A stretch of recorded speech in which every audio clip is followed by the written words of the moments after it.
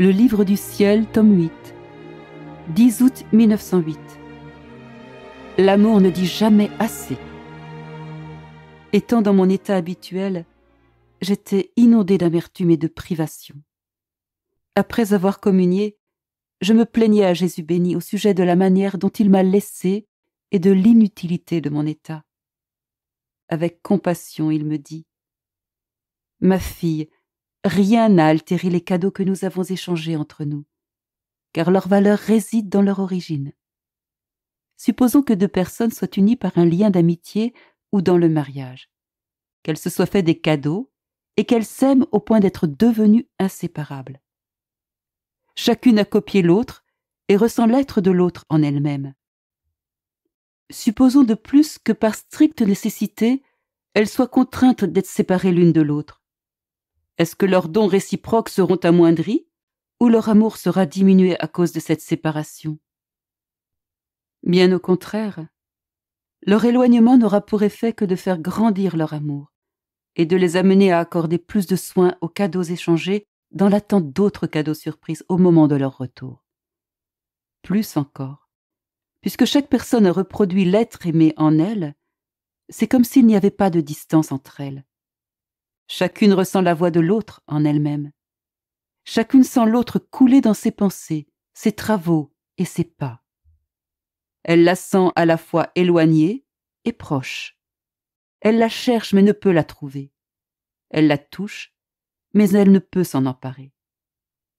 Par conséquent, leurs âmes sont dans un continuel martyre d'amour.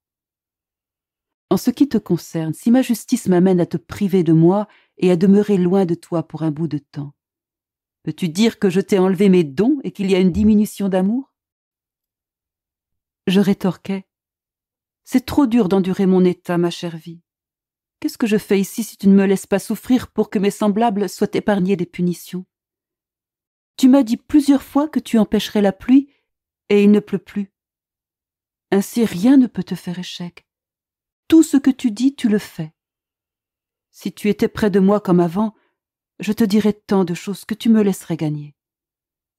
Comment peux-tu dire que la distance n'est rien ?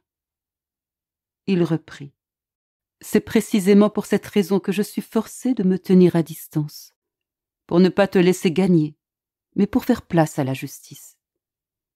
En agissant ainsi, il y a des bénéfices. Le manque d'eau amènera la famine. Le peuple sera humilié, et après des massacres et des guerres, la grâce les trouvera plus disposés à être sauvés. N'est-ce pas également un bénéfice que, alors que la guerre est sur le point de s'ajouter à la famine, qu'en te gardant ainsi, elle soit retardée, et en conséquence, que plus d'âmes soient sauvées ? Il ajouta : l'amour ne dit jamais assez. Même si l'amour fouette l'âme et la met en pièces, ces pièces crient amour. L'amour ne dit jamais assez. Et non content, il pulvérise ses pièces, les réduit à néant. Et dans ce néant, il souffle son feu et il lui donne sa propre forme.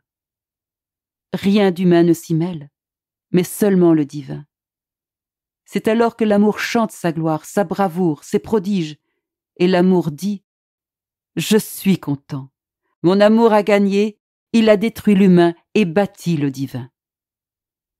Il arrive à l'amour comme à un artisan talentueux qui, ayant beaucoup d'objets qui ne sont pas à sa main, les met en pièces, les met au feu et les laisse là jusqu'à ce qu'ils soient fondus et aient totalement perdu leur forme.